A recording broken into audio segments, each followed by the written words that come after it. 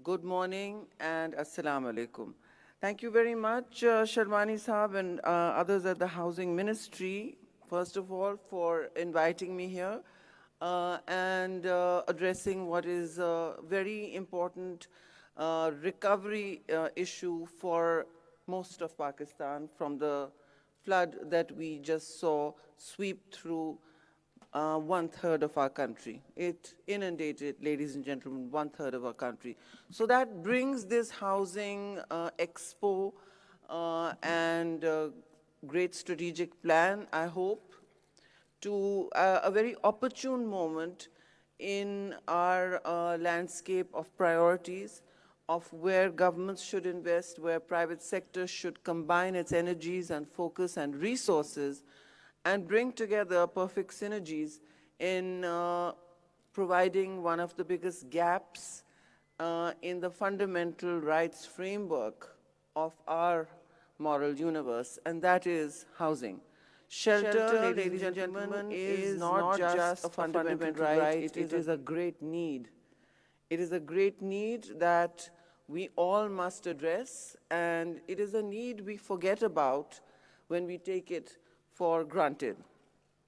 We, all of us in this room, presumably have a shelter, have a roof on our heads.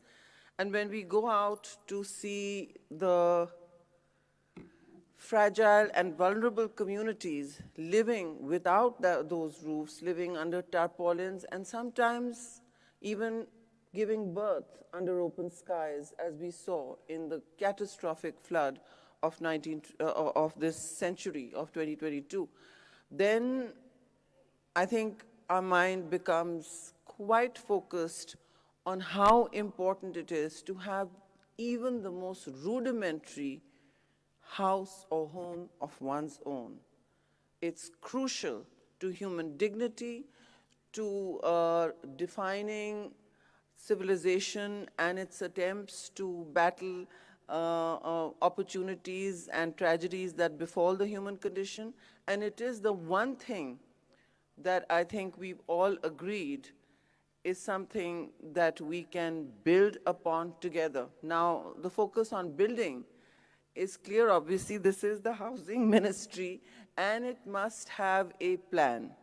Now, the world has moved away from resources that only the public sector can provide. So I'm encouraged to see that the private sector has been mobilized. The successful models of public-private partnerships have been put to the wheel here to bring shelter not just to the vulnerable, but to also the middle-income people, and to achieve a great ambition in changing the landscape, but the environmental-friendly landscape of our cities, of our urban dwellings, and even at some point I would suggest the housing ministry look into peri-rural and peri-urban, and I'm sure they're looking at that.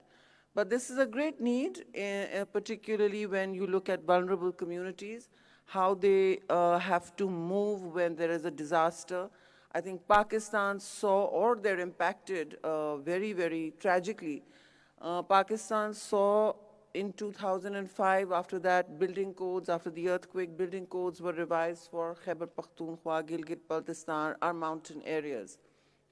But building codes were not made environmentally friendly or green, as they are known, until, I hope today, my ministry has issued building codes and guidelines for at least the federal ministry here, but we have also advised the provinces to build back with resilience.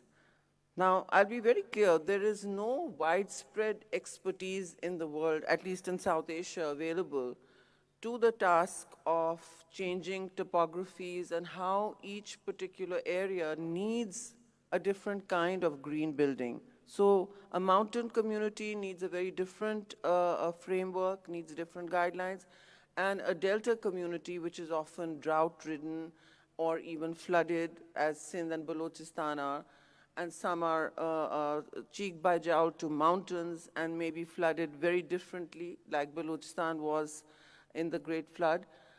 they have very different needs. Now, they have been building a certain way for centuries, especially the rural communities. They've been building in kacha houses, which, which are cool, which are efficient, easy to, construct, easy to move away from, and of course, they're low cost. But unfortunately, after this particular flood, which came from the sky, so it was a new climate event for not just Pakistan, but for the whole world. Please understand this, ladies and gentlemen. Islamabad was quite secure and inured and safe from a catastrophic flood that redefined the meaning of flooding, that redefined the meaning of climate events for the whole world. It was not just an event that struck Pakistan with calamity. It redefined what a climate flooding event means for the whole world for this entire century. Nobody knows, nobody has experienced this in living memory. And so I think we need to take it seriously. If 33 million people are impacted, and then as winter has come, I used to say this 2 months ago, winter is coming, winter is here. And many people are living without the shelter they need. So we need to ask ourselves how we can scale up the models being discussed here. I'm sure you'll be talking about them and you'll be creating models. Some are public-private, some are vertical, some are horizontal. But the low-cost housing must, before anything else, be addressed as the great yawning need in our landscape of human amenities and entitlements. Because shelter, other than food and other securities, is a basic need. Makan, milkiyat, सबकी ज़रूरत है और सबके लिए मैं समझती हूँ ये एक बुनियादी हक है. तो ये बुनियादी हकूक़ को हमने यकीनी बनाने के लिए इस तरह के प्रोजेक्ट्स करने होंगे जहाँ बैंक्स को भी शलवानी साहब आप मोबिलाइज करें कि इजी टर्म लेंडिंग करें. Bottom of the pyramid must be addressed as well. And that low-cost housing must have assistance from the banks to move some capital into this sector, because it is capital that you will need. And as you do that, please understand that you will have a shortage of resources. So don't be daunted, because that shortage is right here. It's in front of us. For instance, the housing sector, even in the last climate event we saw, suffered the most damages from the floods. People, because brick and mortar is something that has defined human civilization for centuries, and it will continue to do so. In all of this, the housing sector suffered an estimated, Pak rupee loss of 1.2 trillion rupees, and that is up to $5.6 billion. And its recovery and relief needs are approximately at 592 billion rupees at $2.8 billion. I think that these estimates are actually short of the reality of the real needs on the ground. And also, it demonstrates to us, the widespread destruction demonstrates to us the fragility of the housing and shelter environment in the country.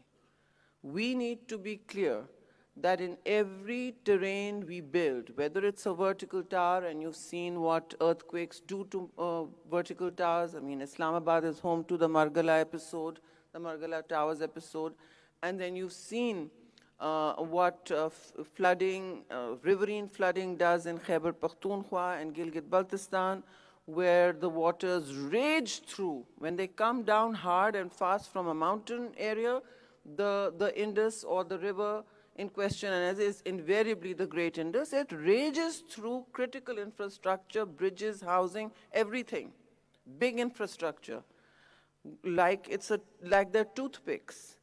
And if you've seen one of the flood videos that we had shown at the United Nations Conference of Parties event, you'd be shocked at how fast and raging these waters were, and the destructive capacity of human shelter of the shelter that it raged through. So we have to now start building in terrain that we think or we have mapped for risk.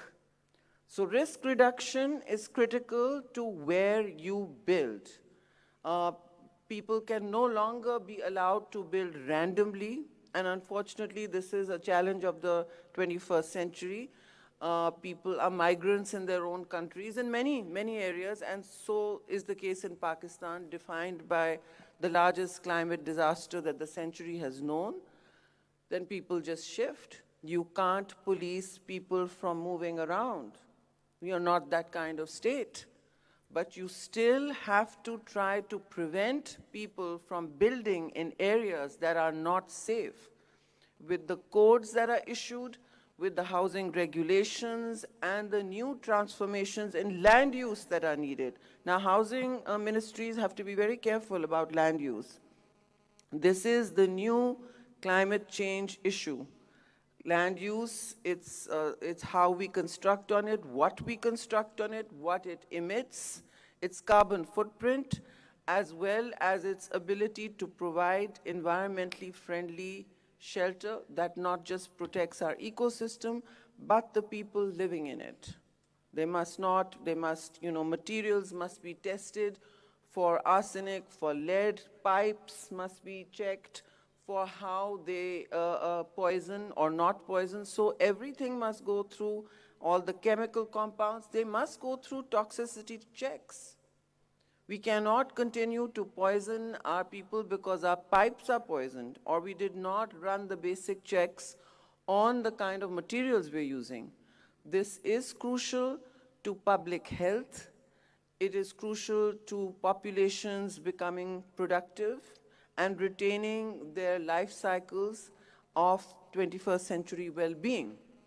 So we need to build in not just one set of standardized green building codes, but also adapt to the local environment. In the end, ladies and gentlemen, all green policies, all climate actions are successful if they are responsive to local climates, to local soils, to habitats, and local needs.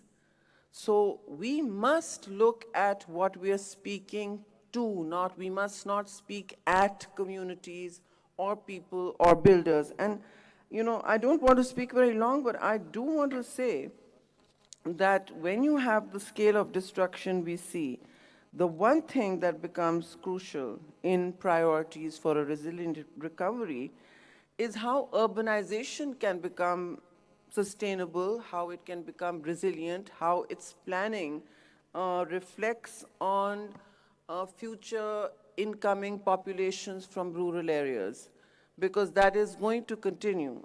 Certainly Pakistan will continue to have to sustain pressure on its urban communities, on its urban areas, and that is something we need to be especially careful about.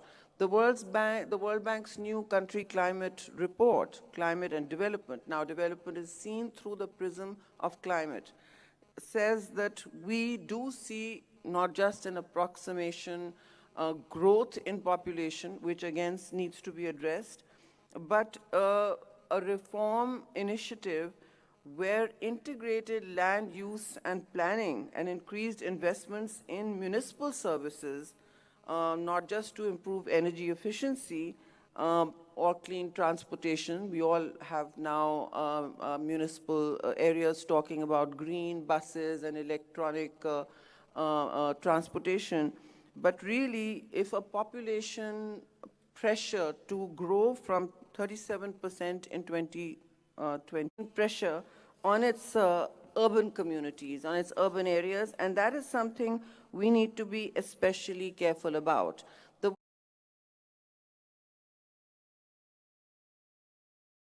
The World Bank's new country climate report, Climate and Development, now development is seen through the prism of climate, says that we do see not just an approximation growth in population, which again needs to be addressed, but a reform initiative where integrated land use and planning and increased investments in municipal services, not just to improve energy efficiency or clean transportation. We all have now municipal areas talking about green buses and electronic transportation.